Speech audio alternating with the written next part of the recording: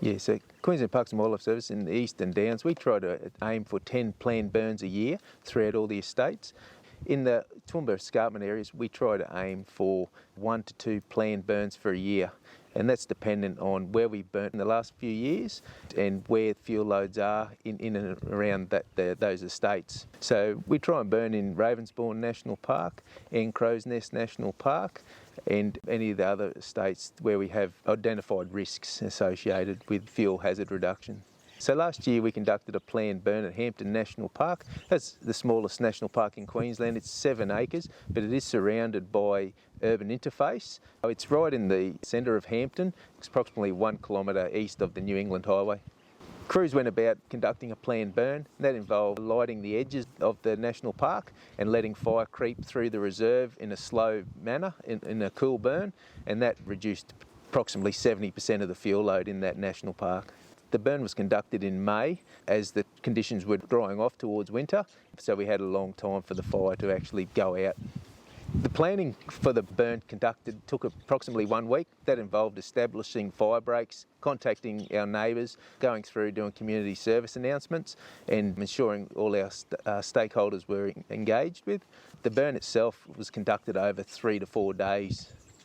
And that involved our crews lighting the edge and containing that fire and then mopping up the fire. So there was 8 staff from Queensland Parks and Wildlife Service, and there was approximately 6 rural fires volunteers from Kabala and Hampton brigades, and they assisted to undertake the burn over a couple of days. There's approximately 6 to 8 houses that are butt onto the national park.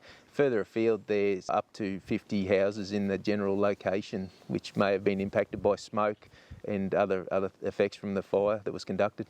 There's a lot more fuel moisture available at that time of year, which helps with the fire suppression. So the smoke will be quite grey and quite thick. It's a lot of moisture in the smoke when it's conducted, and so it will hang around a little bit longer. There was follow-up, so crews did conduct a little bit more burning internally. So under those conditions, the fire didn't consume all the fuel in the park. It was quite a slow burn, so staff had to go and actually ignite further areas so we reached our objectives.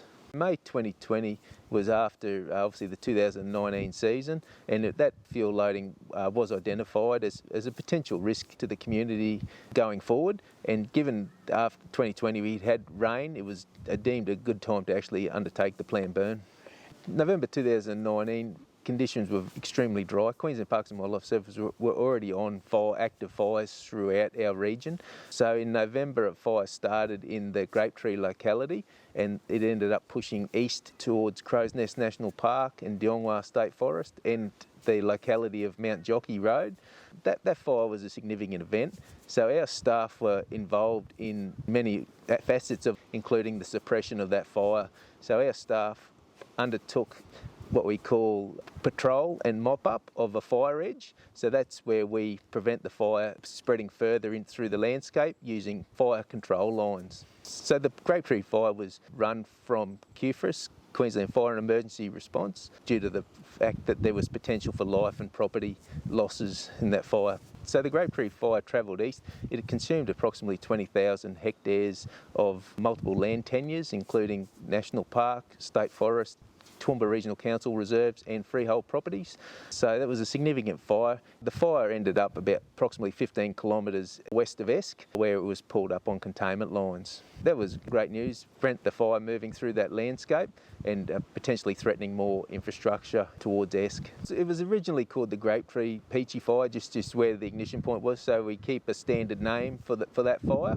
So the media ended up calling it the Peachy Ravensbourne Fire.